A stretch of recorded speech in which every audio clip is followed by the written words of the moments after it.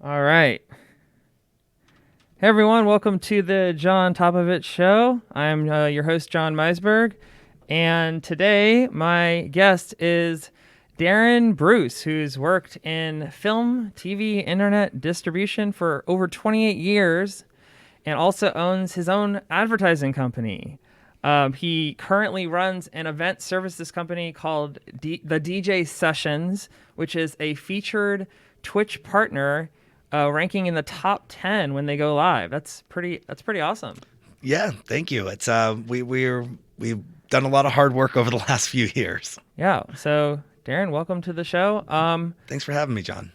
I was thinking, like, let's just get started. Tell me more about the DJ sessions. Yeah, absolutely. So the DJ Sessions is a live streaming podcast show that features A-list celebrity DJs and local DJs. We started the show about 10 years ago. It came out of the idea, I'd come back from Winter Music Conference in 2009 and had heard about some online streaming services and kind of said, I'd been in broadcast television, I'd been in podcasting for a while, and I said, I'd been running internet radio stations out of my apartment, and I said, hey, maybe I should take a crack at this live streaming thing. This is kind of awesome. We can have live engagement, live viewership, live chat room, and kind of everything I wanted to do in the broadcast world, but the technology just wasn't there to do. It was, you put on a tape, you had to watch our shows at 1:30 in the morning on TV because that's the slots we could get, or you had a podcast and somebody could download it from around the world, but you didn't know who was doing it or how much they watched of it. But with live streaming, you were right there interacting with your viewer, and was playing around with the software for a while. We were using Ustream a lot in the beginning, and one day my friend comes over. I'd been bouncing the idea around to a number of nightclub promoters and people saying, hey, let's do this DJ show, because I found out of the 10 television shows I was producing at the time, the 10 different genres, the easiest thing to do was filming DJs. You set the multiple cameras up, you let them go for an hour, you let them play what they want to play, open tables, open format, and just let it go. And I love electronic music, so you get to jam out and listen to it. Being the nightclub goer that I was basically having people come over and party in my apartment. And so my friend calls me up one Tuesday night out of the blue. I'm coming over. We're doing the DJ sessions. That was Alex Eagleton. He used to, with Club Vibes back then. And I said, okay. So I set up my cameras in my house, and you can still see these episodes today on our website if you type in the Vino sessions. That's what we called it, because we were drinking some wine while we were doing the episodes. And I was in the first hour of listening to them, and I got up to go to the bathroom, and I took my headsets off, and it was completely quiet in my apartment. And I'm sitting there going, wait a second, I just felt like I was in a nightclub for like an hour. I put the headsets back on. I was jamming again. I took the headsets off. So we sat down, we did another hour of the show, and that kind of birthed the DJ sessions. The next week, I had moved everything into my bedroom, set my multiple cameras up, set a whole DJ booth up, and we called it the new studio. You were hooked. Yeah, I was hooked, and we were going because at that time we could use Ustream, and we could actually push it on Facebook, and you could have the player play on Facebook. And this is back in 2009 Facebook days, where you had the wall and you weren't buried under everything. And the most recent, all the stuff that happens with Mr. Zuckerland, stuff over there. But it was really cool. So we built up a following, and unbeknownst to us, I was only pushing it to local DJs at the time. I never thought about getting A-list celebrities on, but what happened is this is the most memorable episode of all the 1,800 we've produced, plus episodes since then. 1,800. Wow. 1,800 episodes, yeah, and growing. We'll talk about capacity and distribution and what we're growing on in a few minutes. But when we were at Winter Music Conference in 2009, I got the chance to interview Dave Dresden. And it was kind of new to me, kind of I met his PR person, and who is also the PR person for Carla Cox. And yes, I do have her number on speed dial. Some people have actually just tried to throw me under the bus recently, saying that I don't have contacts in the industry, but I do. And anyways, Shots fired. Yeah, basically. But basically, Dave Dresden was coming to town, and I said, hey, could we get an interview with him? Would he like to do an appearance on the show? And he said yes. So the next thing I know, I have Dave Dresden play in my bedroom. Wow. And I was like, what was that like? It was, I mean, you're sitting here with one of the most iconic DJs in the world that does songs for the likes of Madonna and huge stuff. Gabriel and Dresden, like, and he's playing your bedroom. And in one of the scenes, I always try to, when it comes up, he actually goes and grabs my cat off my bed and starts playing with the cat on the turntables. Simbi the disco cat. It was just a classic, iconic moment. But at that moment, I said, I'm onto something. And this is 2 years before the Boiler Room got started. If you're familiar with the show called The Boiler Room, which features A-list celebrity DJs. They started over in London. They were a featured partner with Ustream as well, but they're over in London. They got finance and they got money. We stayed more independent, more local, but still worked with the A-listers when the celebrity DJs when they came through town. And so after that, I just started knocking on doors and started beefing up. We ended up getting a studio down in Pioneer Square. We ended up getting the mobile studio, which we can talk a little bit more about. Basically, people call it the DJ Pope Mobile. Pope-mobile. The DJ Pope Mobile. It's a big glass box on the back of a truck. So I have a website pulled up that I think. Oh, hey. Is this what you're talking about? Well, that's the advertising company, but that's the glass box truck. Wait, is there a picture on here I can pull up? Oh, just click maybe on this one right there. Click on it right there. That's actually parked out in front of Monkey Loft, and that's at nighttime. We can light it up. So I have seen these going around Seattle before, and I saw a DJ inside of one, and I was that's us. And I was like, that's so cool. It's a party on wheels. Yeah, that's us. The first thought I had when I saw that is, how is that legal? Actually, it's considered a party bus. I know, but it's highly distracting. And by definition, a party bus is any vehicle that you can stand up in and move around with or without seating. Yeah. No, I mean, I get that you're allowed to do it. It just seems like I was just like, I can't pay attention to the road because I'm watching this DJ set. Now, the one thing that might get us in trouble is the new sound system that we put in it that you can hear from about a quarter mile away. Oh, yeah. And we're talking to one of our sponsors, and they want to put a full line array with subwoofers in the back so you can hear it from probably about a mile away. It's good advertising. It is. We get a lot of eyeballs. I guess when you were showing I Alternative Media there, one of my other companies, I kind of feel bad that we were in the business of advertising, and I could guarantee people would look at the truck when we're driving down the road, but I could never really get a head count or say, we know X amount of people are looking at this. I could tell you with the new sound system in the truck, 99.9% of the people we're driving by will at least look at the truck once, if not twice, if not 3 times, even if they're wearing headsets, because they'll feel it coming down the road. Yeah. And it's designed though, you can hear us far away, but you don't see the heads turn until you're about 100 feet away, and then they turn around and do the, what is that? It's pretty awesome. So definitely the first of its kind. And actually, we were able to live stream the DJs live out of the back of that, and we're relaunching first week of October. Can't tell you who's coming on the show, but local hometown hero. You're gonna love it. It's being booked, being signed right now. I'm happy to have it. If anyone knows the history of my electronic music history, it's the first DJ I ever saw in Seattle at a nightclub. Yeah, set the Wayback Clock, go back then. But So on Twitch for the DJ sessions, recently you had some great success where you were in the rank, like top 7, like 7th place in the rankings for in the music section, and Correct. You held that spot for hours. And I was just wondering, like, who talks to all of the people in the chat? Me. So you're handling all the communication for the DJ. Yeah, absolutely. Are you answering on behalf of them, or like how does that work? Typically I relay messages. In our original studio, the first studio I built, I used to set up a laptop for them so they could have the chat room. Yeah. Now everyone can grab the Twitch chat. So a lot of the DJs, like Avian Invasion, one of our resident DJs, he'll have his phone open to the Twitch chat room. So he's able to jump in and chat in the chat room. He has other mods that can come in and also be a part of it. This is actually us yesterday. Oh, cool. Yesterday. I think so. Oh, 2 days ago. 2 days ago.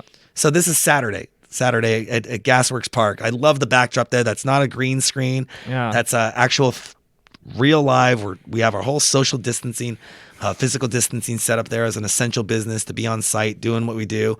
Safe. Typically it's only me and the 2 DJs in our zone. Yeah. So we follow the guidelines of having 5 people within the zone. But if I'm watching and moderating the chat room while I'm doing everything else, and somebody says something in the chat room, I'll turn over to the DJ and say, "Hey, so and so says what's up," and they're like, "Tell them I said what's up," and I'll go back and take care of that. So you relay. That's cool. I relay back and forth if they're not on their phone in the chat room at the same time. Yeah, which is typically what can happen. Gotcha. So, so I've noticed that you do a lot of shows for the DJ sessions. I mean, you're from Seattle, and you have a lot of shows that happen at either Gasworks or Golden Gardens. Those are like two real nice hot spots. Beautiful venues. I wonder if I could show an example of what these places look like for people out there that are not from Seattle. Yeah, when we originally launched the Silent Disco series in 2018, I've grown up here. I've been here my whole life, and I know the parks, I know the locations. Yeah. And we chose Golden Gardens because it's a destination location. It's a beach during the summer. Alki is one of the other beach locations. It's close to a beach that Seattle's Seattle can get. Yes, yeah. It's not a LA beach. It's not. But check out this.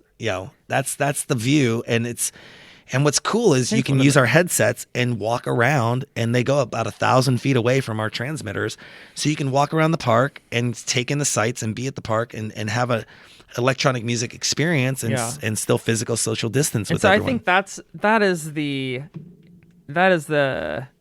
interesting part about this is that because it's a silent disco, you don't need to be in proximity to the DJ in order to experience the set. Like, you don't have to be right up on front. Everyone's not crowding up together, but you guys can all spread out throughout this park and still enjoy the music without feeling the need to be like right up in front of his face. Correct. And so it kind of is COVID friendly in that sense.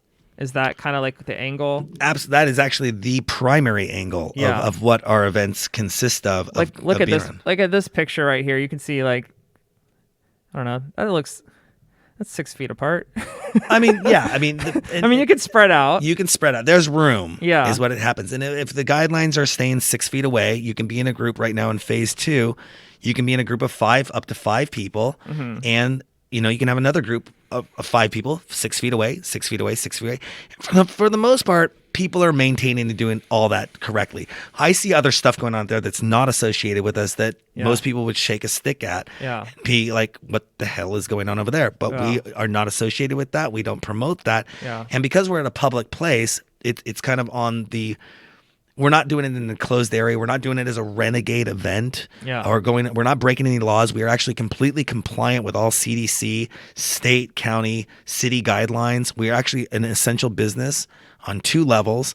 If you want to go look it up, feel free to go to the governor's office. Not asking you, but if somebody wants to go look it up. So how does the DJ Sessions qualify as an essential business? So I didn't bring my playbook with me, but we are literally have written the playbook on how to throw an actual safe event. And under the guidelines, under communications, we are a media-based company. So news professionals, media-based companies, it says all these positions, but not limited to this. So as our charter, as what we filed as a nonprofit charitable organization with the state of Washington, we are a media company that specializes in broadcast and internet distribution. Yeah. So right there qualifies us, number 1, to still be operating as an essential business. Okay. Number 2, under further guidelines down in the governor's guidelines for what an essential business is, artists and businesses that are engaged in the business of live streaming are also considered an essential business. Again, 2 core caveats, which are at the core of what we do. The silent disco component happens to be an addendum, in a sense, to what we do to distribute when we're on site, because we're not using amplified music, which you would need permits for in a park. Plus, you're going to need a permit to run a generator in the park. You're probably going to need to talk to the fire department to get a fire permit for the gasoline that's used in the generator for the park. We've completely looked at all the rules and regulations down the line, and we are 100% compliant with every state, county, and city guideline when it comes into regards. And safety is the upmost priority of what we do. And when people come out and actually see our operation, or just people walking by, we used to have people 3 years ago when I set up at Golden Gardens, and I'd have 2 PA speakers bumping out loud out of the back of my truck playing music. They'd walk by, plug their ears, shake a finger at us, da-da-da-da-da. That same age group, let's say that same demographic that used to do that to us, now when they see us at the parks, they walk by and they're like, that is genius. Mm-hmm. And they read our whole protocol on how you get our headsets. Yeah. I slide them across the table to 6 feet away. It's safer to come and get a pair of headsets from us than it is to go to a restaurant or grocery store. So I think that's something that I've kind of felt this year during COVID is like almost like there's this attitude that if people are having fun, that you're not supposed to be. and like, yeah. I think that, I don't know, I think that's the wrong take. I think that we should be advocating for people's mental health to be able to have outlets to do things that are fun if they can do so in a safe manner. Absolutely. Like if people can go outside for other reasons and socially distance for things that aren't fun, why not go out and socially distance for things that are fun? I think the main concern is when it comes to live entertainment, like music shows that drugs and alcohol get involved, and then the people that are participating may make bad choices, such as getting closer than 6 feet or not wearing a mask. And so I think that it's just like the onus is on the event organizer to ensure that proper protocol is being followed. And it sounds like that's what you're doing. So it's like, I think that there are probably just people out there that wish they could be, DJs or producers or event organizers that wish that things would go back to 2019, when it was normal back then, and they see people that are doing stuff now and they're like, wait, I can be doing stuff? How come you're doing stuff? And so I think that the truth is they can be, but it's just going to have to be done in a different way. Like I see, the drive-in shows where people park next to do you know a lot about those? Actually, I was part of the group that threw the first ever drive-through raves in America. Oh, really? And we did 3 of them. And yes, I will take credit for that. Actually, we were talking pre-show about a little kind of rant that I saw. I was named in. Yes, the DJ Sessions was fully on board as a partner for those shows of doing those live drive-through raves. They were awesome. Had a number of local DJs. It was a great time. It actually made me realize how much Here's an example I of what miss. those look like.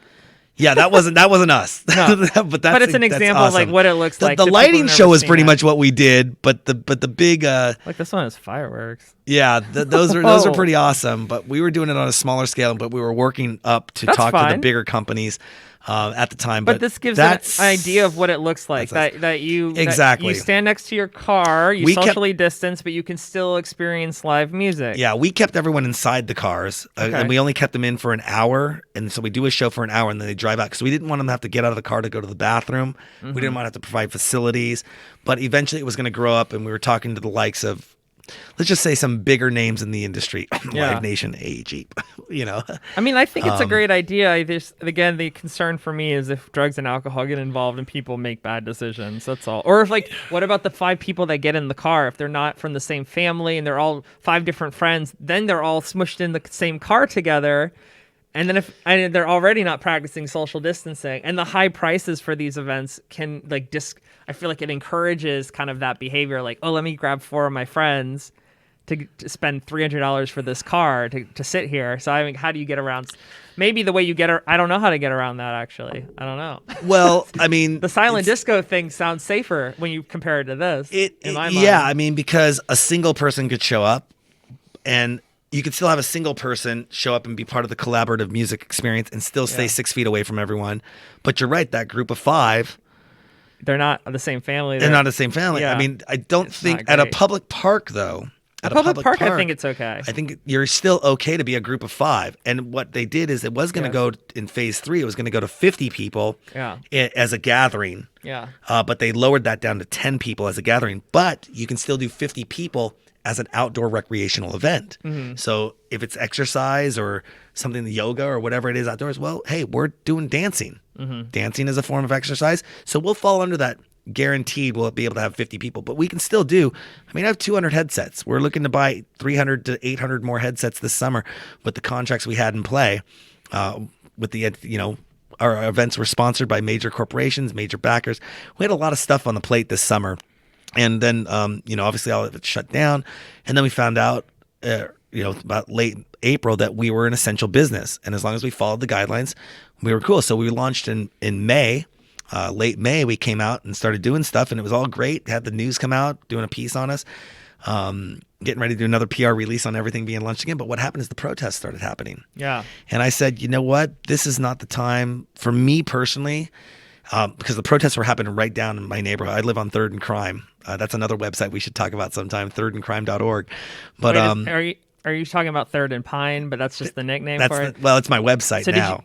So did you live near the McDonald's down there? I live above the McDonald's. Shut up. Yeah. Are you serious? Yeah. I've lived there for 7 years. So that's the bus stop that I'd pass through every day for like 3 years to get to work. Oh yeah. And like, fun. I actually missed being there for the shooting that happened. The 7-person one? Yes, I missed it by like 20, 30 minutes. We walked out my door, and 11 minutes later it happened. Oh my God. We would have been right in the middle, in front of the McDonald's, right when that happened. And I didn't know that it happened. We had got my truck because we were doing our Wednesday shows, and we started up on Capitol Hill, and we were coming down Pine to do our normal route. And I saw all these sirens and cop lights. I'm like, oh, it's a normal night on 3rd and Crime. And no, it was that shooting. That was the last shooting, the last major incident that happened there. Yeah. And they had locked it off for 2 blocks in each direction. But had I been home, normally when something goes down on that corner, I'm out there with my cell phone, I'm streaming live. I would have been able to jump out there with my phone and go on Facebook Live, easily 250,000, 400,000 views without breaking a sweat, because there was no press being allowed in there. And I was looking right down on the CSI. That was everything going down. That was right before COVID started. Right. I remember thinking like, what a tragedy. And then it totally got eclipsed by COVID. But I just remember thinking like this. So for people out there that don't know, like this spot is like one of the most popular. It's the like Blade. It's like right next to Pike Place Market, and so it's 2 blocks from Pike Place. Yeah. And so it's a very popular spot that a lot of people hang out at, and I think sell drugs. Might be able to pull up my interview from Q13 when we were talking about another shooting that happened in the tunnel. Yeah. I've been on the news a couple times down there. Anyway, why did that come up? I forgot. You said 3rd and Crime. 3rd and Crime. You said, is that 3rd and Pine? Oh, you were saying that you were talking about the protests that were happening. Correct. And so, yeah, what I did is I shifted my efforts from, instead of saying, hey, everyone, come out to us and do our silent discos and come have some fun and stress relief, I'm going to focus and sort of turn my efforts into the protests and started reaching out to some people. That's cool. Got a little severely disappointed with some people that took opportunity of it to kind of push their own agenda. We won't go into the politics of that stuff. Like DJs trying to put on like Black Lives Matter renegade events and renegades up there. Uh-huh. Yeah. And kind of pirate off that. And then the whole demise of what it formed into. And even in the end, BLM saying, you know what, please don't go there. Yeah. We're pulling away from protesting in that area and then letting it become what it became. I'm not going to go down that route, but, was not very happy with, I wasn't motivated any longer at that point. So what I did is I actually turned our efforts, made an official statement and said, you know what, we're a nonprofit charitable organization, and here's where I'm going to focus my efforts on for the protests, help that endeavor out. And that was definitely making contributions to the NAACP, the ACLU, and any other organizations that we see fit is where our contribution are going to go to helping out that movement, to the long-term movement of things. So that being said, after all the dust settled from that, in a sense, I kind of figured, hey, I got to get back to work. We got to start doing our things. And the way the numbers were tracking with COVID, I've been following this from day one with a lot of other business owners, especially in the wedding and events industry, of when are our doors going to open up, and kind of being the go-to person of right there when the governor was doing a press release, I'm listening to it. I go look at the forms. I say, here's what you got. Here's what you can. Here's what you can't do. Helping other people decipher what was happening, because this is their livelihoods. Yeah. And when do you think things are going to open up? Well, again, we thought phase 3 was going to come in mid-July. So I picked the middle of July to be a target date for us to open up and say, hey, phase 3, even though we were cool to do phase 2. Yeah. I was like, phase 3 is happening. And then hopefully if it goes for another X amount of weeks, we'll get into phase 4 and we'll be open by October. Yeah. And then he comes in and does a modified phase 2. And we are still in phase 2. Yeah, now we're on like modified like phase 1, or it feels like. Yeah, basically. And so, meanwhile, my whole family's in Florida, and they're like, nobody wears masks here. Well, they just opened it up. They said everything's open. Nobody wears masks here. He just did the proclamation down there and said we're not anymore. It's open. And then like we'll have like people visit and they're like, you guys wear masks? They're like, do we have to wear masks? I'm like, if you want to be around, like, it's now there's like a kind of like a us versus them in the country of like, if you wear a mask, then you're like a sheep, you're brainwashed. And it's like, no, it's just like, we still have a problem here according to our government. Exactly. And so we follow it. I get it. Do it. Cool. We're doing it right now. I wasn't ever an anti-masker, Yeah. but I remember asking the question of saying, okay, I got this. I see the mandate. It goes out. And I asked the question online. I said, okay, it's there, but who's going to enforce this? Because I couldn't find it anywhere on the internet of who was responsible, because it wasn't the police, and there wasn't a new task force created that was going to go around and get you that 90 days in jail or that $1,000 fine. Well, all of a sudden, people jump on board. They start basically attacking me, saying, oh, you're an anti-masker. And I'm like, no, I'm just asking who's going to enforce this so I can find out where the enforcement is and know what's happening here. Is it going to be the health department or I haven't heard of one ticket being given out for a mask yet. I mean, I'm sure it would make news. I mean, even though with all the protests and everything going on, I still haven't heard one story about one person going to court or being fined or having a court appearance for not wearing a mask. Yeah, because I think they want to make people think that they're voluntarily doing it for the right reasons and we're not in some kind of like authoritarian regime where like they're forcing everyone to do it by threat of jail or. But they did. They made it a crime. Yeah. I mean, that's the thing. If it wasn't a crime, why make it a crime? But so is suicide. But you don't enforce that either. How do you enforce suicide on somebody if they kill themselves? Right. I think it's just more of like saying like take it seriously. Yeah, I totally understand that. But that's what I was wondering though is, okay, we're taking it seriously. I like to do my research. I don't like just something ambiguously saying, this is it. Yeah. And then leaving it. Well, can you answer my question? Yeah. Who's going to enforce? And people were trying to tear me up for. I'm like, I'm just trying to find out who does this. I'm not anti it. You're just curious. I'm just curious. Yes. And so you can't even be curious. Curious now is a crime when you're in a fear-based model in a sense. And it's like, when did asking a question become a crime or become so of a villainous act? I think it helps if you preface the question by saying, first of all, I'm in support of wearing masks. But that said, who will enforce this? I think if you preface it with that statement, I think then people, they read it and it disarms them a little bit so that they don't automatically assume this guy's an anti-masker. Let's attack him. It was done that way. It was. And people were still like, why do you even have to question? Why do you have to question? Just wear a mask. Yeah. And it's like, I'm not challenging the wearing the mask. But I think a lot of that animosity comes from them dealing with a lot of people that are anti-maskers and they're taking it out on you because to them you're just like another one of those people that, and they're just sick of dealing with it. What? Speak of the devil. Yeah. We'll talk about that in a minute. So love the guy. So I think that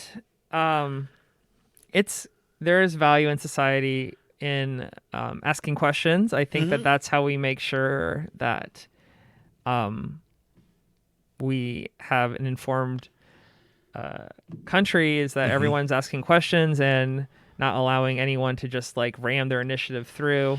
But yeah, I think as long as you preface your question with where you stand, most reasonable people will be open to hearing your question. You know, Absolutely. like I remember being, I grew up in a really religious family and I had a lot of questions as a kid because I was like a little, I have a brain. Yeah. And so I remember asking a lot of like people in the church all my questions that didn't make sense. And I think at first I would get a lot of flack for the questions, and I think that I started to realize that if I preface those questions by saying like first of all, like I'm a Christian, like I'm on your side, like if I started it with things like that back, and this is a long time ago, but like I started it with like if I prefaced it with a statement like that, I feel like the answers they gave me felt like they were less hostile when they gave them. So it's just something that I've tried to practice. And I guess some people are not reasonable, and you're never going to be able to get through to those people. Of course, this is all on an online format too, where inflection is completely removed. Lost completely. Yes. And people want to put their own. I just had to tell somebody the other day, they take my story. I'm very specific on what I'm talking about. And they want to not only take the infliction away, but they want to go in and add their own narrative and their own addition to it of saying, this is who I'm talking about. I'm like, I'm specifically talking about people that do this, use this word and this word. Mm-hmm.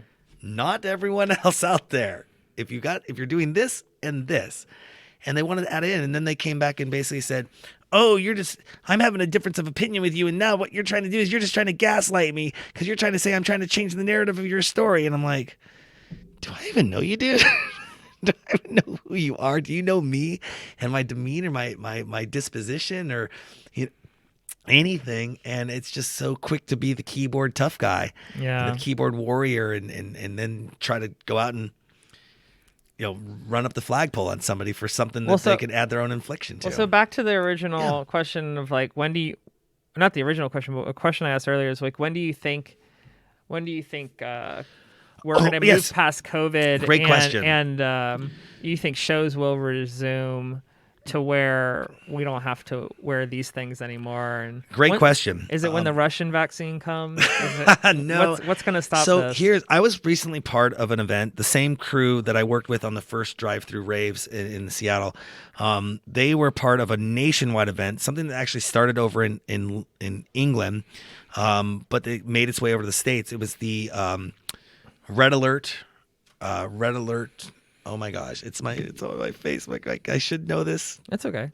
The Red Alert. Hey, what happened?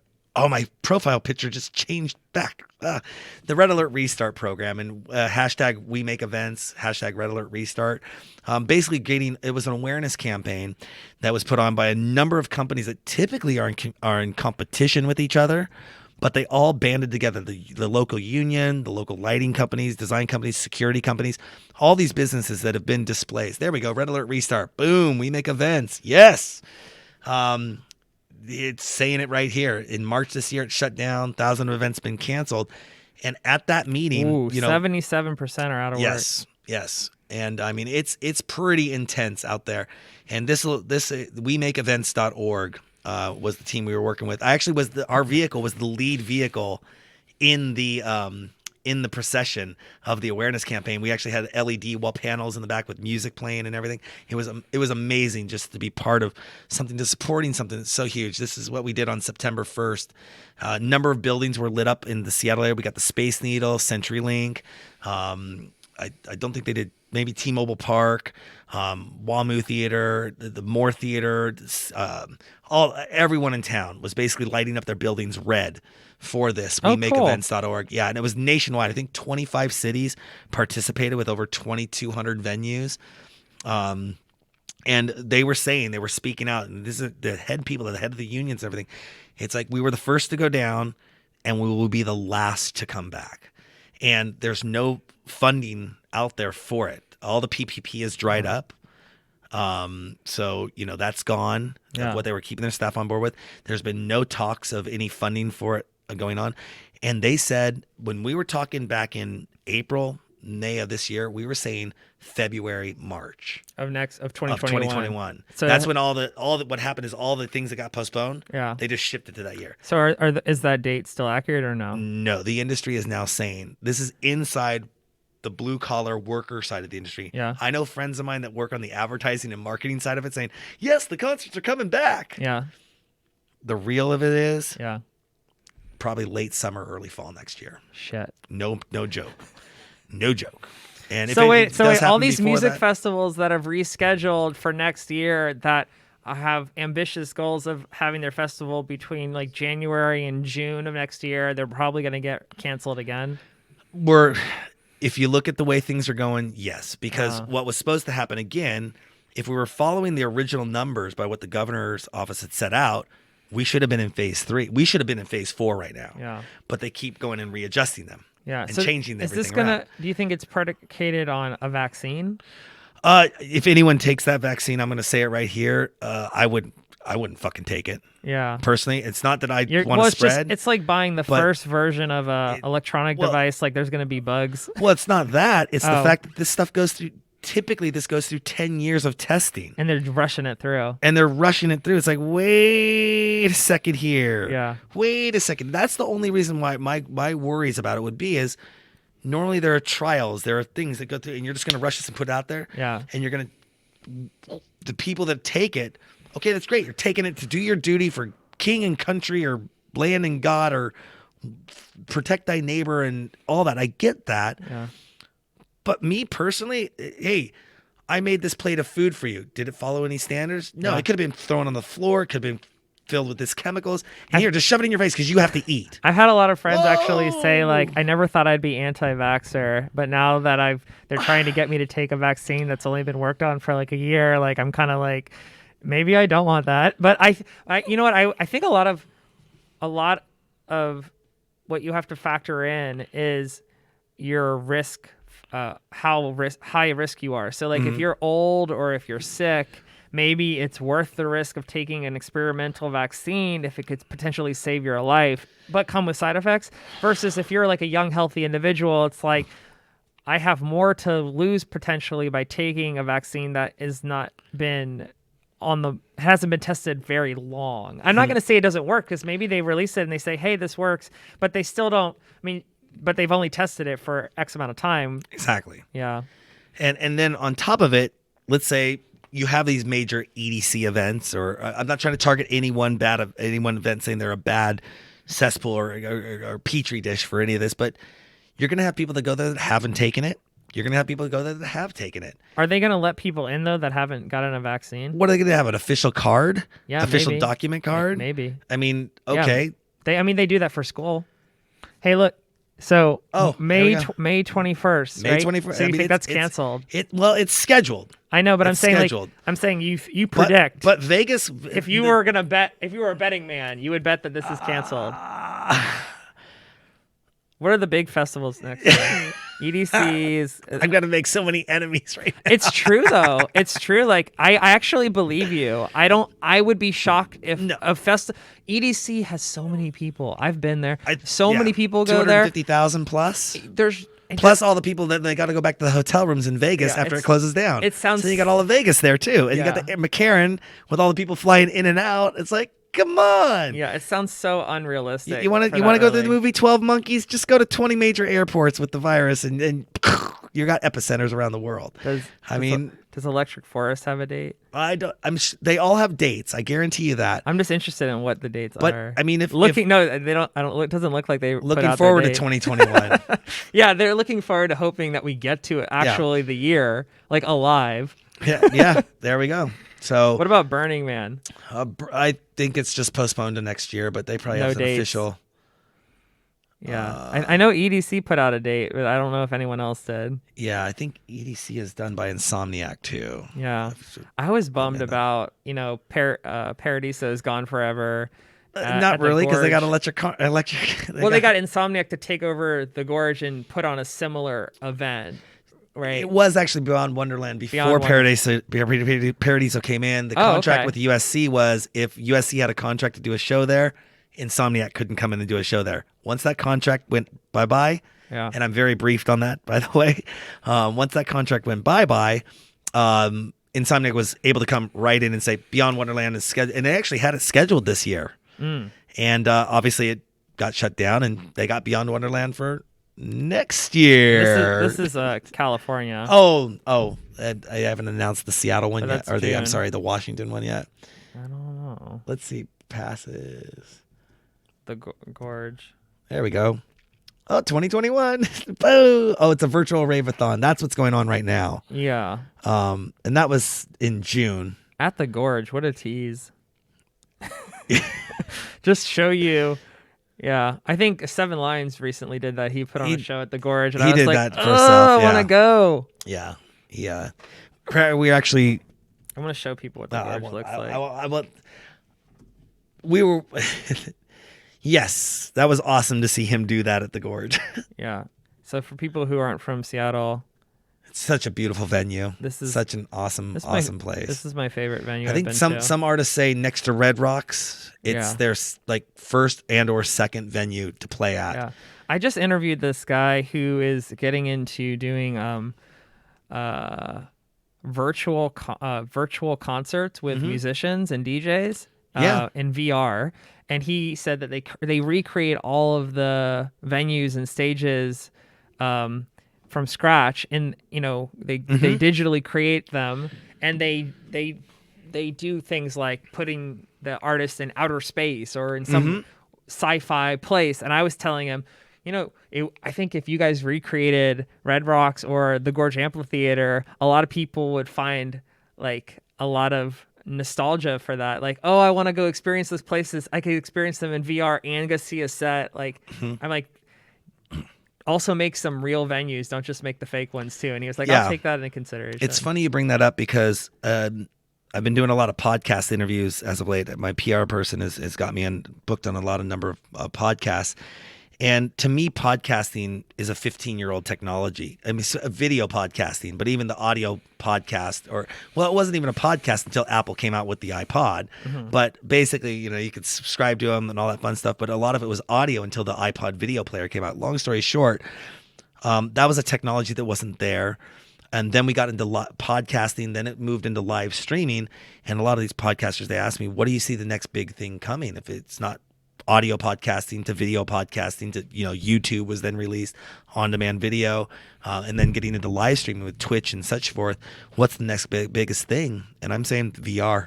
Yeah. If you're not in AR or VR, and if you want to get on that next bandwagon, start doing that now. Yeah. Building your audience, building your following now. Because a lot of people don't know, Facebook owns Oculus. If that's anything about the powerhouse that's going to be driving behind the VR world, and we know Amazon with their money is going to be working on something. We know Microsoft's going to be working on something. Sony is going to be Sony and Nintendo. Yeah, but Facebook's pretty far ahead. Yeah, and they just started requiring a month ago that you have to have a Facebook login to use the Oculus, and so like they're definitely like pushing hard. Yeah. And so I used to be in a I don't call it a game, but maybe you've heard about it, called Second Life. Oh, I've heard of it. So I used to be a lot into Second Life, and I used to actually build theaters for our shows in Second Life, so you could walk into the different rooms and then sit in the theater and then watch our different genres of the shows in the different rooms. And the idea was we were going to sell these theaters to different landowners, sort of like an AMC, but for ITV was the show at the time. And then we would upload the content so people would go to their land, because the way the value of your land worked is the more people that went to your land, the higher your value of property went up. So if we could add that kind of theater edition on and people would go there and stay there and want to come back for new updated content, we were helping increase their overall value of the land. It was a really cool concept, never really took off, but and then Second Life ended up just going to the wayside. I was hoping to see, but our social media, the way we consume everything is through a 2D device, through a phone, through a screen on a computer. But the question is what's going to be that next? What's going to get the Atari in everyone's house? What's going to get the Nintendo 8-bit in everyone's house? Yeah. The killer app. What's going to be the killer one that just gets everyone saying, I got an Oculus, I got a VR unit in my house? I mean, so far for VR, it's been this game called Beat Saber, where you have the lightsabers in your hand and you play all the songs. Like that's been like the really big popular app. But I think that I think that VR is still waiting for its Mario. Yeah, there you go. You couldn't have said it better. Exactly, 100%. And then of course it's going to follow up with the Legend of Zelda, and just we're dating them. I'm dating myself. No, I mean those are classics. I love them. But I so like it sounds like you're very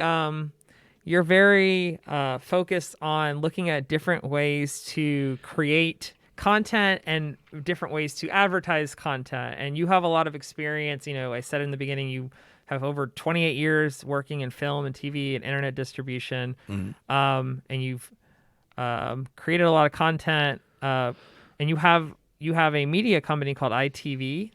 What is it? It was ITV back then, ITV Productions. That was our broadcast arm when I was doing broadcast shows for NBC and Fox. Okay. Actually started out as Peace-Eye Productions back in 2001 when I was in college. And Peace-Eye Productions was actually, somebody asked me one day what Peace-Eye stood for. And I said, Production Entertainment Services Incorporated. Just made it up at a nightclub one night and kind of ran with it. And just like that worked. And so in college, I actually produced my first show, Phantasmagoria, that went to Fox and was syndicated on Fox, which was nice here in Seattle. And kind of gave us a boost. We came back in 2005 and I rebranded because we had what came out of Phantasmagoria was Phantasmagoria, Northwest Extreme Sports, Image Nightlife. And when we were putting together the website for Phantasmagoria, I'm like, I don't want to create 3 separate websites, 3 separate logos, 3 separate t-shirts, all this branding. We need to kind of umbrella it under everything. And the producer and I that I was working with at the time said, well, what do we really do? And, well, we focus on independent artists and businesses, and we put these shows on TV. This is right at the beginning. YouTube was brand new at this point too. And we looked at YouTube as a medium that was like, these are people talking to a camera. This isn't broadcast quality. We're broadcast shows. We're not this YouTube thing. Mm-hmm. Kind of like snuffed YouTube a little bit. Yeah. Missed our mark there. It's kind of, yeah. And it was like, looking back on it going, ugh. But again, you were still watching YouTube on a computer. You had no way to watch it on your hand and your phone and walk away with it. And I was working for Apple at the time. So we basically came up and said, independent artists and businesses, television, ITV. And then we had like a way to bring them together. So like Phantasmagoria became ITV Short Films. Image Nightlife became ITV Nightlife. ITV Northwest Extreme Sports became ITV Sports. And we came up with like 8 more television shows under that. We went out and filmed pilot episodes for them all. I knew how to get them approved in Seattle. And once you get approved on one network, you know how to get the other stations to approve. And we actually got them all 8 separate television shows approved to air on 12 network stations on the West Coast. And when I went to go meet with the vice president of Fox at development in LA at the Nakatomi Towers, by the way, I've been there before. It's the Fox building down in LA. It's a pretty cool experience going there. But long story short, he looked at me and sitting across the table, he goes, man, you got 8 separate television shows approved to air on 12 of our stations on the West Coast. He's like, how did you do that? I'm like, I picked up the phone. Mm-hmm. I mean, it's like 90% of success is just showing up. And he looked at me and goes, fair enough. And this is the guy who sold That 70s Show and Malcolm in the Middle to the entire West Coast. He's going, you know, you kind of just did my job, right? And I'm like, I did. And he was one of 4 people in the nation with 2 people that oversaw his job. So I'm just going, gosh, I didn't realize the scope of what I was actually trying to attain, and then we were going to go out and look for our millions of dollars of sponsorship packages and all this stuff. But we still ended up airing in Seattle, our shows on ITV. But when we were working for Apple, I noticed they came out with the iPod Photo, which had the color screen. I remember that. And I sat back and I said to myself, this is probably that's such a long time ago, like July-ish of that year. And I said, what would it take to make a watered down version of QuickTime if they could make a color screen and put a video on an iPod? Mm-hmm. September that year comes in, video iPod gets released. Yeah. It was so kept under wraps that when they put the demo models on the floor in the Apple store, they couldn't load it with any content because all the deals they were working with NBC and CBS and all the shows, they couldn't announce those because Apple's all about our secrets. And so we actually went in the store and we loaded our series on all the iPods in the store so we could show people a demo of what it looked like, because everyone's coming in saying, can I see a video? And you're like, no, they don't have videos loaded on them yet. Yeah, how do you demo the feature without the content? Without the content. Yeah. But we went and loaded it on all of them and we're showing in the store. So what was crazy, though, is at that time, I used some connections inside of Apple, and the podcast store was being revamped. The whole iTunes store was being revamped to accommodate for podcasts. And I actually got our podcast listed in the featured video podcast section. We debuted at number 48 in the podcast store, and ended up, we were doing 1,000 downloads a week, started going 10,000, 50,000, 75,000, 100,000. At one point, we're doing 300,000 downloads a week. We'd bumped up to position number 23 in the featured video podcast section. And all of us in the section, there's only 50 of us in there, we're reaching out to each other going, how do we make money off this? Because none of us knew how to monetize a podcast. Yeah. I mean, what did you sell it based on? Downloads? Mm-hmm. Okay, well, you wouldn't even know who your target audience was. You could say this is my target audience, but if I'm getting downloads from Argentina and I'm getting downloads from Japan, I'm getting downloads from somewhere in the United States, there wasn't even tracking built in on how to really get that. We could look at our GoDaddy stats, but honestly, I couldn't tell if you watched the show for 2 minutes, 3 minutes, downloaded it, didn't watch it at all. There was no systems in place to monetize these things. And so that was very interesting, but a very big caveat, kind of feather in our hat to say, we're in the iTunes store. And then being made a new and noteworthy one a couple times as well, and being prominently featured in iTunes. We kind of looked at podcasts. We stopped going to broadcast television. We came back in 2009 and launched the series on broadcast. but I started moving into a totally digital distribution platform. And so it was podcasting for years and focusing on that. But then, like I said, in 2009, I got the live streaming bug in. And I was doing internet radio stations and just looking at the cost of live streaming content. We were looking at on our own out of Seattle through the Akamai servers and all that. Was about like $3,000 a month for just the bandwidth or just the server space and the capacity to stream the stuff live. Whoa, that's a lot. And I'm like, crap. So when Ustream and Livestream came out, I'm looking at them, I'm going, okay, there has to be a catch here. One, I'm a Mac guy and everything's built for Windows. So is it going to work on a Mac? So I was testing it out over the summer. And it goes back to the original startup of the story of how the show, The DJ Sessions, got born. After I did enough testing with the platforms, found it was stable on Mac, I was like, all right, cool. Let's start doing these shows. And that's where the DJ Sessions was born in late 2009, and kind of just left the other shows in its wayside and focused on live streaming DJs and A-list celebrities. Yeah. Your focus was redirected because you're very passionate about that project. And it's not that I couldn't do my other 8 separate television shows Well, as but a live streaming series as well. Yeah. But I was like, yeah, I like electronic music. Let me focus on this one. Let me make this one really a hit. And I think that's what life is like. You're always trying out lots of different things, and then like something sticks, and then you start to like redirect more of your resources to what sticks, because I think maybe as you get older you start to realize like I can be like kind of good at a lot of things, or I can be really good at this one thing, or like it's not even maybe a skill thing, but like there's only so much time in the day, and it's like, do I want to put my efforts into 20 different activities or a few?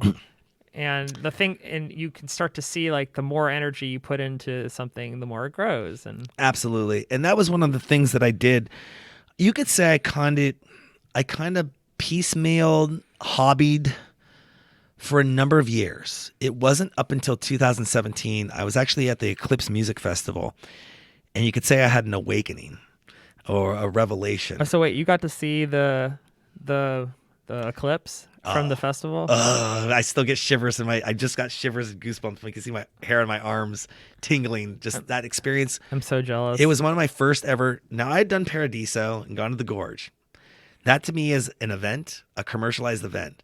I had never been. Well, I went to Cascadia in 2017 on a whim. Didn't know. I knew all the people that I knew that were there, and kind of family and friends, and it was an awesome experience. But then I met some really awesome people, and ended up getting gifted a ticket to go to the Eclipse Festival. And I didn't know what to expect. I was expecting more of a commercial endeavor type of thing. And no, that was that was just amazing. Just the layout, the environment, the people I was with. I heard it was like deafeningly quiet when it was eclipse. Like, did people get quiet? The area was very large, so where we were watching it from, we were kind of on the other side of the event space. We weren't in the main. We weren't in the main area of where everyone would be at. But yeah, I could see that happening. I mean, it was funny. For the first 2 days of us being there, we only made it in about a quarter of the way the first day, about halfway in the second day, and it wasn't until the third day that we actually went to the main sun stage. And we were coming around, I think it was Bass Nectar, or somebody big was playing, maybe Excision, or somebody, I can't remember the lineup. But you came around this little hill, and once you didn't really see, because a lot of stuff was spaced out there, so it didn't look like it was overly crowded. And the people I was with had been to Burning Man a number of times, and they're like, yeah, this is like the Burn. It's kind of, everything's kind of spaced out and stuff. But when you went around this turn, and you went over this little hill, and then you saw the breadth of it, you have like, I swear, 20, 30,000 people in front of the stage. And you're just like, it just hits you, and you're like, that's how many people are here. Whoa. I remember friends telling me they had to wait like 8 hours in line just to get into their car just to get into the festival. Yeah, we were there day one. I think it took us 12 in the beginning. It went pretty fast once it started moving, but we got a pretty good space, not too far from the Earth Gate, I think. But that will be one of the most memorable moments of my entire life. But when I was there, a lot of people didn't know. A lot of people didn't know this to this day. I'm kind of a private person when it comes to personal things, but for years I had a severe back trauma issue that was going on. And I used to be able to dance in the nightclubs, party, stand, do all that stuff. And people had never understood why I'd go to the local nightclubs and I'd pull up a stool and I'd sit all night long. And at that time, this had been going on for about 2.5 years. People didn't know I was actually disabled. I'm actually disabled. And so you ever pick on me, you're picking on a handicapped guy. So knock it off. So wait, what's wrong? Well, what had happened is I had what's called a pars defect. And basically a bone that holds your lumbar in place. Well, it allowed my L3 to slide forward, which shifted my whole back. I spondylosis, whatever the big word like this long is that I can never spell.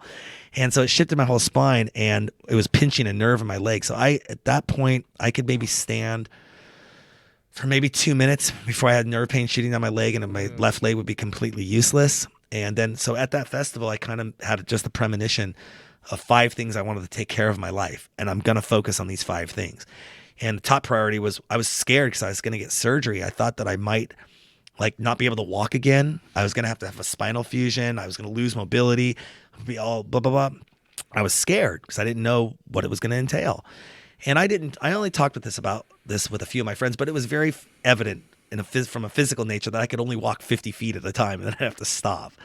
And I was getting 2 hours of sleep a night, maybe. If that, pain all in my back, everything that was going on just was completely messed up. So my rule number 1 was I was going to get my surgery done. Rule number 2, I'm finishing my 2nd degree, my certificates. Rule number 3, I'm getting the DJ sessions up to par where it needs to be. It's getting a new revamp, a new website, and we're moving full bore 100% with this. The other 2 was just alternative media, which we showed a little bit earlier in the show. I was going to focus on that a little bit more.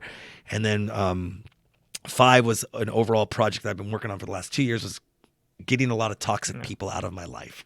Yeah. And so, and those were supposed to be in order. One wouldn't move until the other happened. So I scheduled the back surgery. Sounds like you got a question. I was just going to say, so it sounds like this event changed my life. Changed your life for the better. Absolutely. Because it allowed you to prioritize what was important to you. Yeah. I was walking in the middle of the field one day, and my friends had already gone way ahead of me. And I just said, you know what? This stops now. I'm not going to have fear about this. I'm just going to get home. I'm going to schedule the surgery, talk with my doctor. Funny enough, I went and talked with my surgeon, who's Dr. Zhang at Harvard, just amazing guy. Been there for 20 some odd years. He's written the book on a lot of procedures. I walk into him, and he basically I'm like, so, okay, doc, lay it on me. Tell me how long I'm going to be laid up. 6 months, 8 months? How long is it going to be? He goes, Darran, I'm going to work on you on Friday. You're going to come into surgery on Friday. You're going to walk out of here on Sunday. I went, what? I go, okay, how much mobility I'm going to lose? He goes, lose? You're going to gain mobility back. Oh. I'm like, what? That's nice. Gain range of motion back. Yeah. I'm like, what? And so, there's still some secondary and tertiary issues that are going on. I'm still working through physical therapy and all that fun stuff. But yeah, a lot of people didn't know. Like I said, I used to be the guy on the dance floor and dance for 3-4 hours. If you watch our old episodes of the DJ sessions, you'd see me bouncing up and down for 4 hours right next to the DJ doing the old episodes.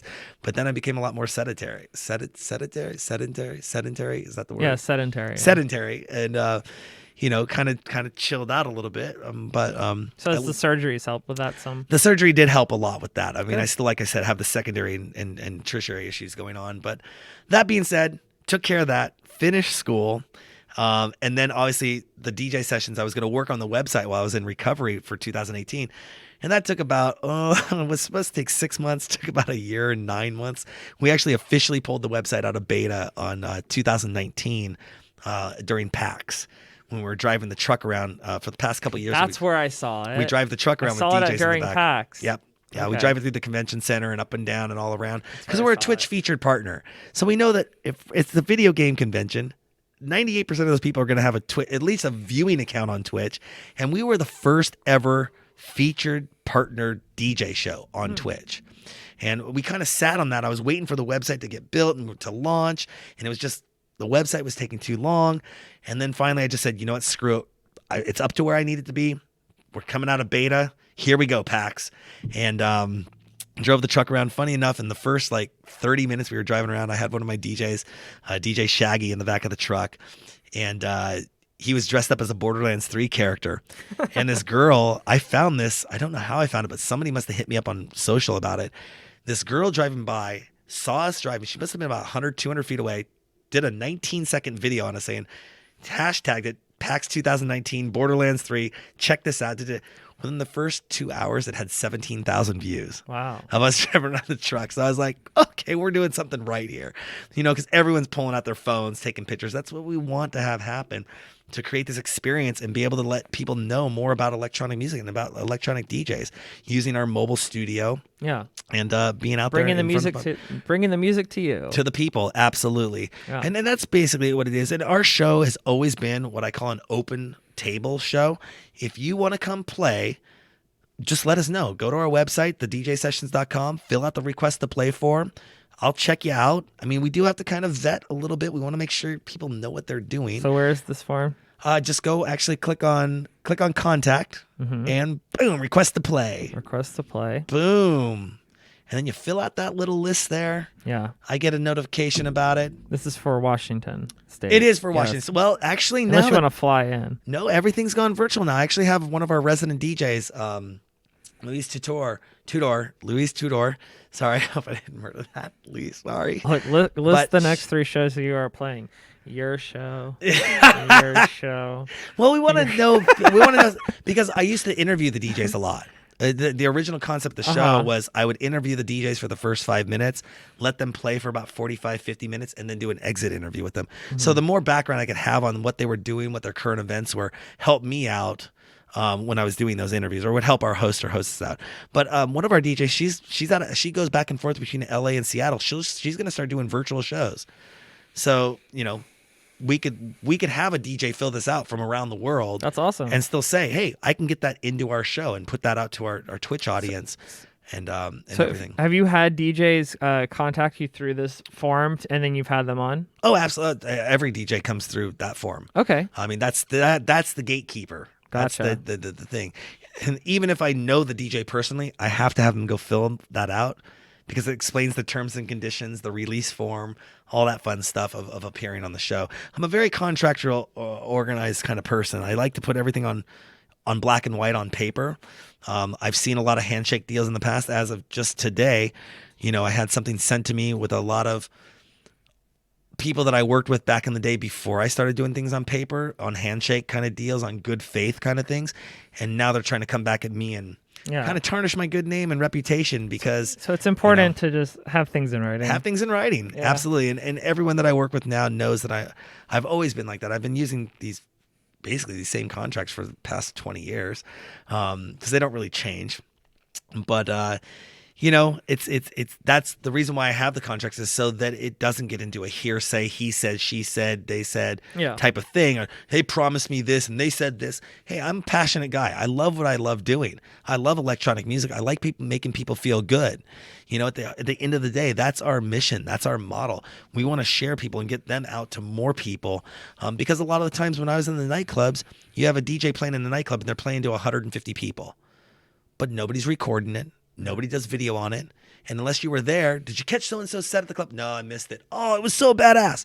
But what if I could bring cameras in and film it? And then you could watch it later and go, oh my God, that set was amazing.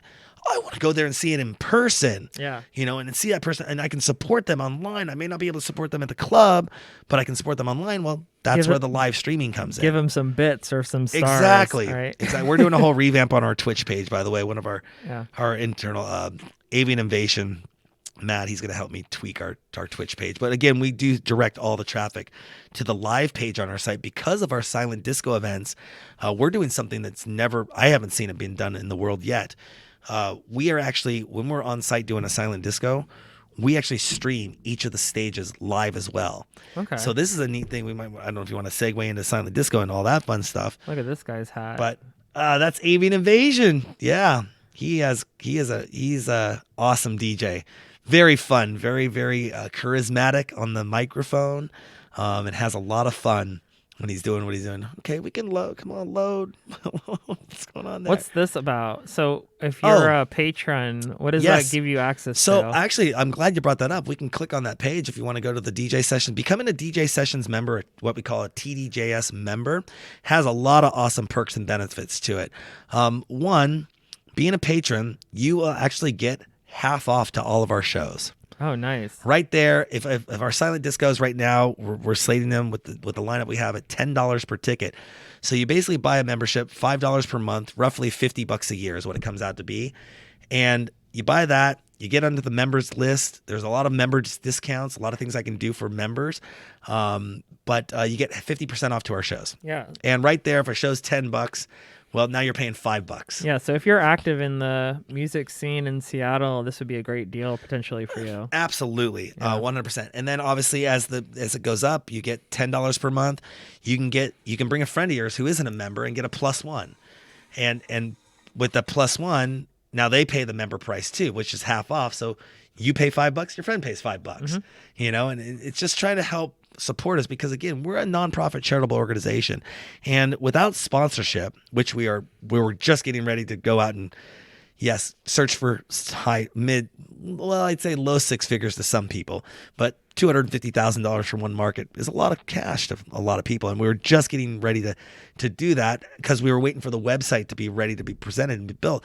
But a lot of this was built on love, sweat, blood, and tears, and I kind of get picked on by a few individuals in the scene because I don't pay our DJs. And I'd like to know, what am I supposed to pay DJs with when we're not revenue generating ourselves? Yeah. And so that's a tricky situation to be in. It's like, on one hand, it's like you really love the scene, you love the music, but it's also like, if the money's not there, it's not there. It's not there. Like, yeah. But it's like trying to find, I guess maybe I'm just trying to play devil's advocate. Maybe just from a DJ's perspective, they probably are just like, well, let's find ways to get the money. Well, and let's find ways. Yeah, like, exactly. I don't know. Like, I mean, I guess no one would fault you if it's not there, but I think just everyone's hurting, especially during COVID. Oh, this is an ancient battle, dude. This battle goes back right, years. but imagine how much worse it is now. Oh, absolutely. In 2020, when everyone's struggling, unemployed. Well, and the one thing that I try to tell people when they talk to me about this, I'm like, okay, it's great. I understand you want to get paid as the performer. Yeah. But do you know I'm not getting paid as the executive producer? Yeah. The cameraman, the editor. Yeah. The marketing, the PR. Yeah. The advertising. A lot of editing, all this other stuff that goes down the line. Yeah. Because if I went out and charged the client to do what I do, and the battle comes when people don't understand this. Every time I go out and set up what I set up, I'll bring anywhere from $5,000 to $20,000 worth of gear. Plus my resume of 28 years in the game of putting this stuff together. And if I were to go bill a client, some of those jobs, I'd start at $3,500 for a 4-hour shoot, multicam footage. Mm-hmm. And they're like, well, we can't pay that. I go, well, you're not the client. I'm not charging that, but that's the value I have to assign. Even if you went out and go get some quotes from some companies to do this for you, you'll find out how much money goes in it. And you're going to bitch at me because I can't give you $50 to play on my show when I'm actually should be billing on the work that I'm doing. Is let's lowball it, and let's say I'm $1,000 for everything I do, and I don't get paid my $1,000, right? And you want to beg or you're saying in some ways the DJs are getting exposure from your platform. They're getting services rendered. Yes, I mean they're getting literal services. You guys are helping each other in ways that are non-monetary, and there's value in that for sure. I just absolutely. As just to play devil's advocate, though, I just think that maybe, especially during COVID this year when money is tighter, maybe people are just more hurting and they're looking for ways so they can make some extra money here and there, and I think maybe that's part of it. Well, the funny thing is 99.999% of the DJs come March before they weren't streaming live online. Yeah. Now every single one of them is streaming live online, and they'll find out the value benefit after doing this. And we were talking a little about pre-show. Is yes, everyone can jump online and stream. But go ahead and try monetizing it. It's difficult. And go ahead and try to put a business model to that and find out what the costs are of what you'd be getting paid to do all of this. And you'll find I just had to actually share I'm very transparent with my team, and I share with them the financials of what we do. I was doing my numbers and it looked great on paper, but I wasn't throwing in one key factor, the cost of doing our on-site internet. Yes, we were in the green as of 9:00 this morning, but now we're in the red because I threw in the internet, which I should have been applying that cost into the overall cost of what we do. And it's like, look, if I don't have internet, we don't have a live streaming show. Yeah. So if I'm out here paying out here, well, where am I supposed to get the money to do it over here with? Yeah. These are hard fixed costs that can't be arranged, and it's great that everyone's doing their shows from their living room or their bedroom or from their home where they're paying for their Comcast or their internet or whatever they got. But go out and do it in the field. Try it from a cell phone. Yeah. You'll find out you'll burn through all the bandwidth on your phone in about 5 minutes. Yeah. Well, respectively. If you're streaming a Twitch session from like Gasworks Park for Yeah, for a on couple location. hours, like 4 hours at a 4 time. hours. How much? Multiple streams Yeah. on site. Oh, so how much bandwidth does that use? Depending on the settings. If I'm right now, we're to keep costs low. We're pushing at 360p. Okay. I mean, I can push 4K if I want. I have the capability of doing that. Yeah, it's just the money involved.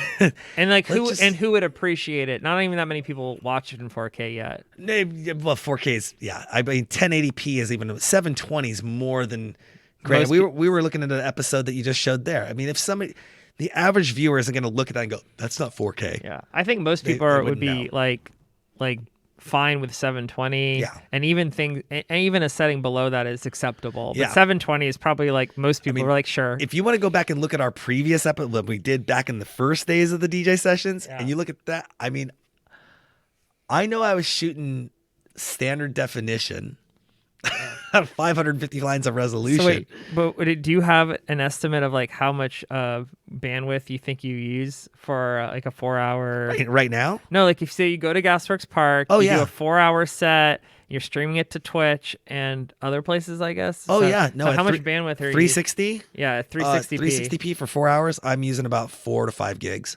Wow. Yeah. And that's at 360. At 360. Oh my god. Yeah. So imagine I go to 720, it doubles. Yeah. And just a little bit of price checking, fact checking for all you out there. I pay $15 a gigabyte for that. Wow. Now imagine that's just one stage. Yeah. And they don't have like unlimited mobile that's decent, do they? No. Because what they do is they cap you. They drop cap it down your to 3. speed. Yeah. And you have dial-up speed. Yeah. I'm on T-Mobile, the Magenta plan, so I get 4 gigabytes of hotspot. I can pay for a little bit more, but ultimately when that runs out, I drop down to 3G speeds, which actually isn't that bad if you got the bars. So at Gasworks, I get 2 bars on T-Mobile on my phone. Yeah. So, I mean, it's like, that's still not going to be that much. When we were doing our speed test yesterday, okay, I'm getting 5 megabit upload, standard OBS settings. 2500 is going to be great for you. Okay. 2.5 megabits is going to be awesome. Twitch caps you at 4 megabits anyways. And they probably have lowered that since all this has happened because they don't want to be paying all those costs. Yeah. I wish we had uncapped 5G, unlimited. That would be great. And I am looking 5G to come out. It'll be a game changer, but I guess Apple-Fi is something have you heard of that yet? No. What's that? It's Apple's new protocol that they've been talking about and announcing. It's a 5G killer. Yeah. Yep. It's there. So it'll be interesting to see how that comes out. It's from the AP Wire, so it's kind of a trusted source in the industry. And it's going to be overshadow 5G completely, which could lead to crazy industry unfolding. Yep. What the heck? Yep. So large telecom companies such as AT&T, Verizon could be completely wiped off. It must be very fast, and maybe they don't cap. Maybe they don't. At only $4.99 a month. Oh my god. Yeah. But is it only going to work with an iPhone? That's the question. That sounds like some Apple shit that they would do. I mean, I read the same article as the one I read. So you found exactly what I'm reading. I bet Google is thinking about doing something similar. Well, exactly. It's the Coke and Pepsi of the exactly. Of the tech you world. got these companies that can do, and even Facebook was rumored to be launching their own cell phone Wi-Fi low satellite orbit service. I mean, Elon just put up. Elon Musk was talking about it too. Yeah. He has one up already, and they're saying it's working great, but in major metropolitan areas, it doesn't work so great.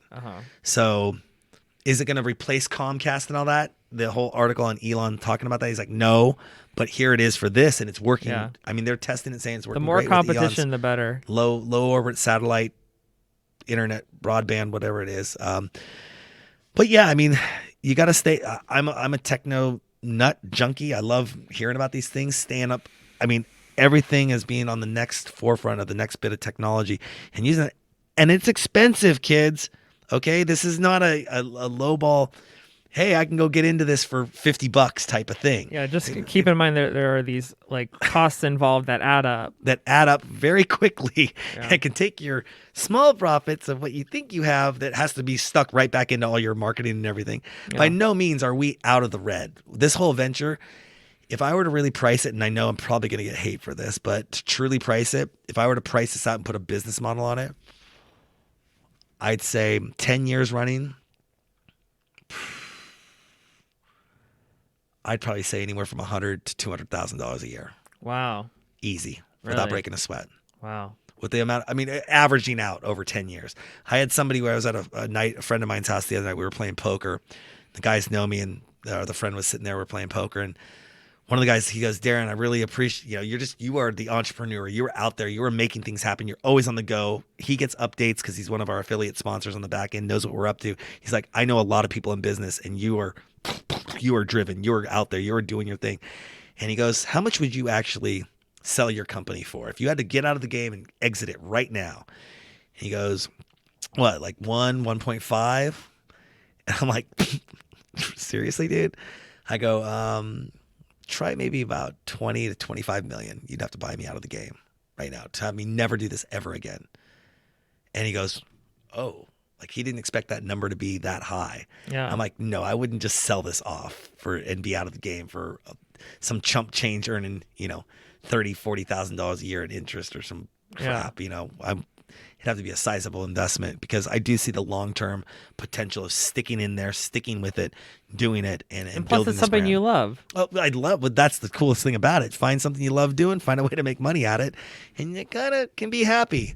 It is stressful. I was just having a conversation with one of my longtime friends this morning that I think people think I just go out, set up cameras, hit record, and that's the show. Mm-hmm. And it's like, no, I got about 40, 50 hours a week that I do every week on something new that's happening. I've been accused of vague booking over the last year and a half. And I'm like, yeah, I've been vague booking because the next big thing's coming out.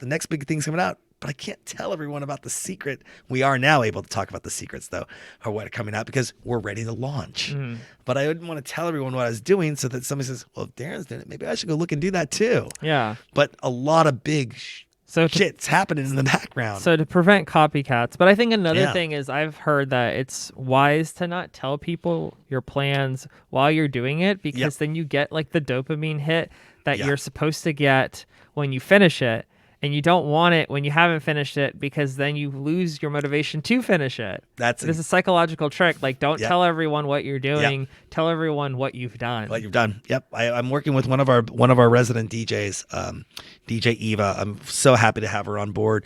And she's kind of become a little bit of a personal life coach. And there's echoings of what she talks. We talk a lot about motivational people, motivational speakers, and awesome things. We're on that real same wavelength. We just reconnected after about 10 years, and I like her energy. She likes my energy, and we just work really well together. And just that synergy is awesome. And diverting your energy, making sure it's going towards positive things, working with positive goals and intentions, and not letting the toxic, negative player hater sandbaggers try to get you down. Yeah. And that's going to happen. I remember the saying, if you're not pissing people off, you're doing something wrong. Mm-hmm. So, or you're not doing it right or something like that, I guess. Or you're not reaching far enough. Yeah. So, because you're going to rustle some feathers. The bigger you get. The bigger you get. And people are going to attack no matter what you do. You could be Mother Teresa got attacked. Gandhi got attacked. What's going on in the presidential run right now. Like people were like, oh, Bernie, he's this crazy guy. We can't go with Bernie because Republicans will say X about him. And then they're like, okay, let's pick a more moderate guy like Biden. And they're saying the same things about him. And it's like, you can't win. It's like, doesn't matter. Doesn't matter. Exactly. So it's just like, cool. I'm doing our thing. We know that we're doing everything by the book. We know our books. I'm very transparent with the people I work with. I've never gone out there and, yes, I will be hyped up. Yes, I will be excited about what I'm doing. I think anyone's going to be passionate. When nobody goes, hey, today I think we're going to fail. Do you want to work with a failing guy? You know what, today I'm not going to wake up and today I'm going to go drink some beers. It's a good Eeyore impression.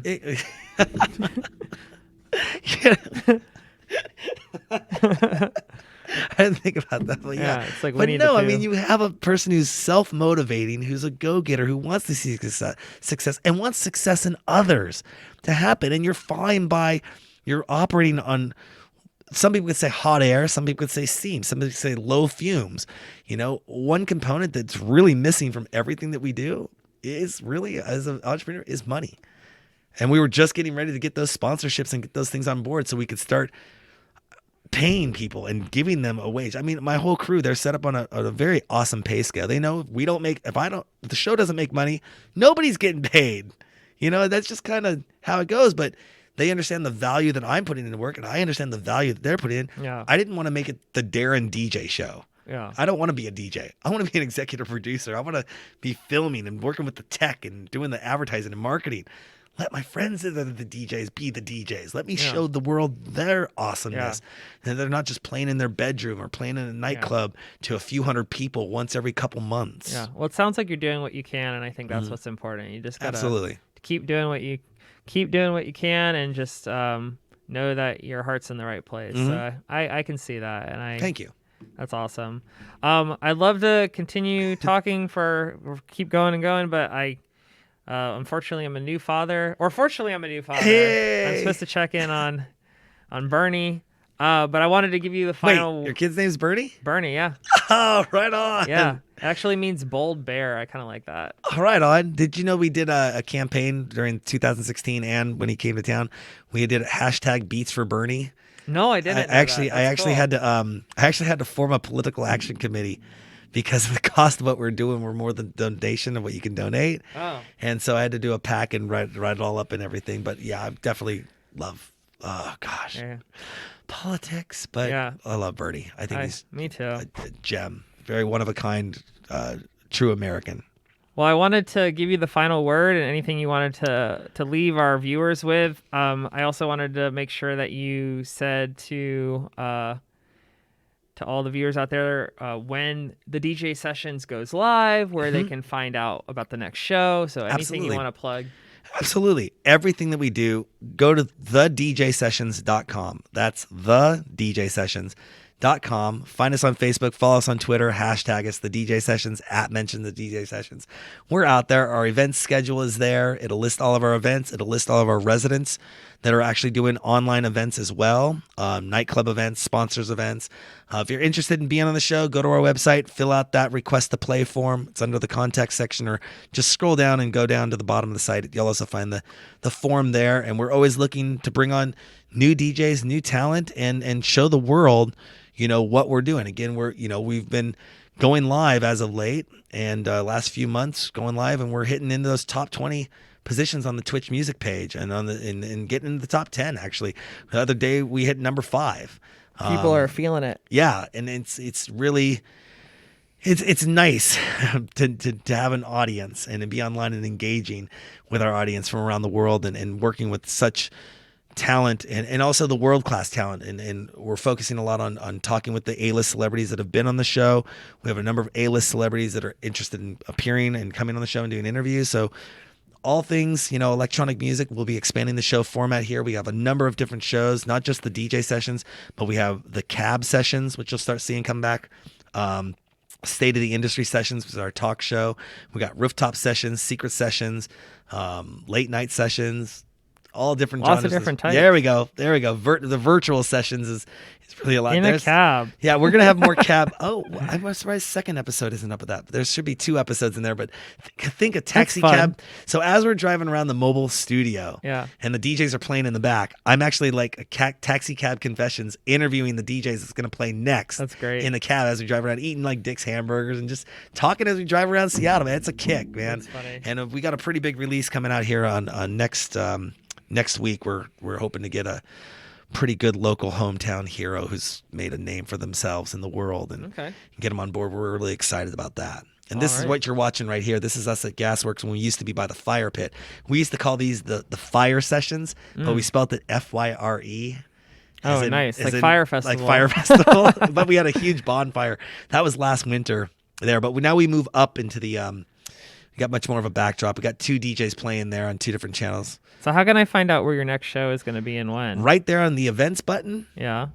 Let's see. Click on events. Oh, that's just click on events, and boom, our awesome calendar will pull up. Oh, that's our pop-up to sign up for our newsletter.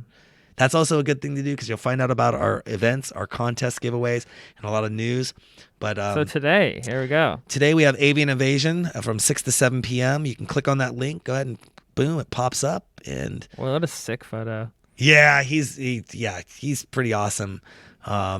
Really great show. Really great guy as well.